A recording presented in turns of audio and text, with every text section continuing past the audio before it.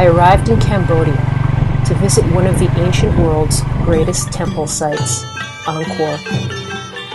Cambodia got wrapped up in the Vietnam War when the US conducted bombing raids over the country in an effort to beat back the North Vietnamese troops.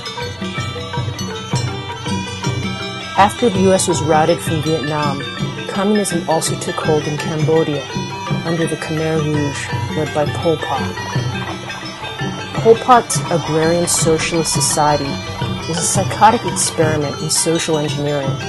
It turned into another of the 20th century's worst genocides. In a country of 7 million, 2 million Cambodians died. Death was arbitrary. People were executed for wearing glasses because the Khmer Rouge considered educated and professionals a threat. City dwellers were sent into the country, and with no experience in farming, they died of starvation and overwork. The non-ethnic Khmers, the Vietnamese and the Chinese, they were slaughtered, sometimes with just picks and shovels because bullets were too expensive. Bodies were deposited in mass graves.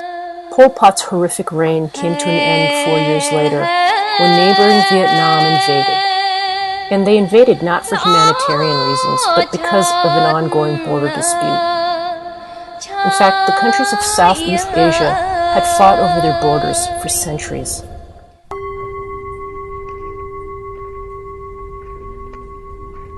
While the recent history of Southeast Asia is marked by colonialism, civil war, and poverty, a little over 1,000 years ago, one of the greatest civilizations prospered.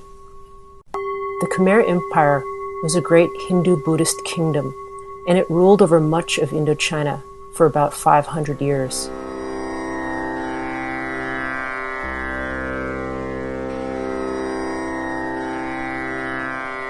One of the most famous of these temples is Angkor Wat, just north of the modern city of Siem Reap. Angkor Wat was built by Suryavarman II and dedicated to Lord Vishnu, the Hindu god of creation.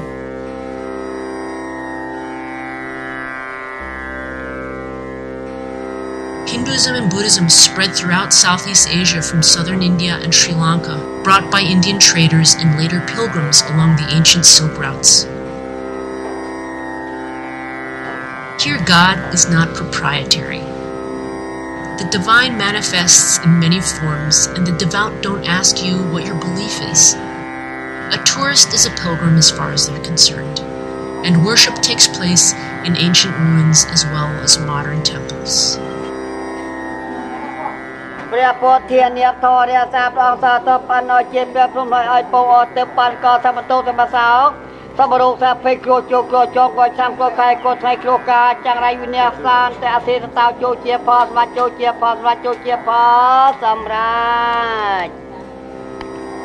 Today, Cambodia is predominantly Theravada Buddhist, the oldest surviving branch of Buddhism. But vestiges of the worship of Shiva, Brahma, Vishnu, Uma, as well as Ganesh are still visible in all places of worship. Since Hindus didn't proselytize their religious beliefs in the same way Christians, Muslims, or even Buddhists gained converts, it seems there was something in Indian cosmology that very much appealed to the Khmers. Temples were constructed along observable astronomical points, and stone towers were built according to South Indian models, in which carvings of the gods were made directly into the living rock. It's believed that the faces of the Buddha carved on each of the facets of the stone towers at the temple of Bayon was modeled after the face of Jayavarman himself.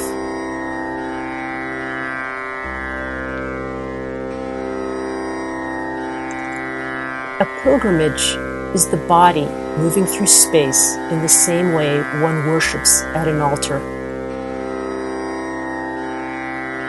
Where one turns within to receive and give blessings, sacred intentions and incantations are repeated, and all thoughts of the mundane world are set aside.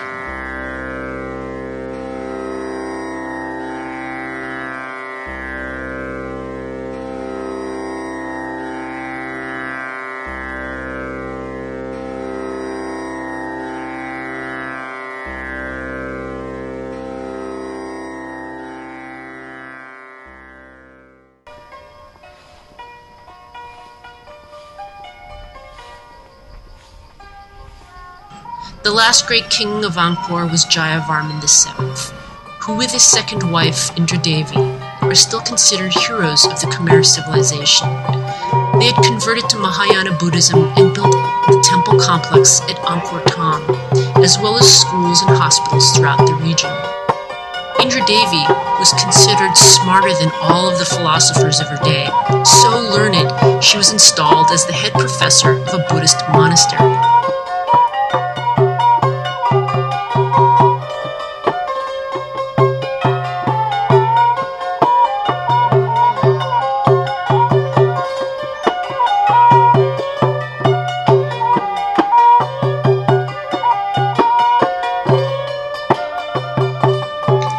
Climbing the temples of Angkor is to climb the sacred Mount Meru, home to the gods.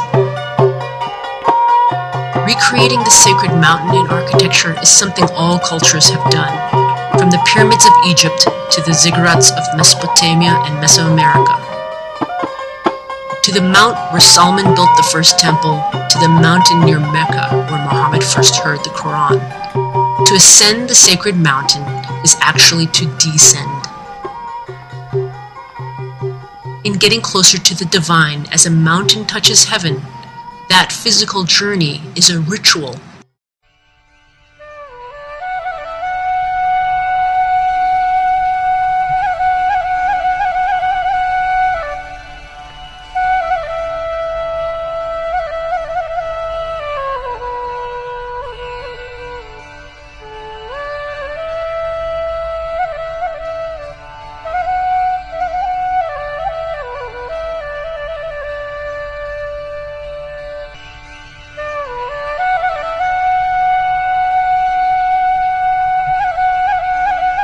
To go on a journey is to connect with our ancient mind, our mind of imagination and insight, our root mind, the one that connects us to our deepest self and where we fit in this mysterious universe.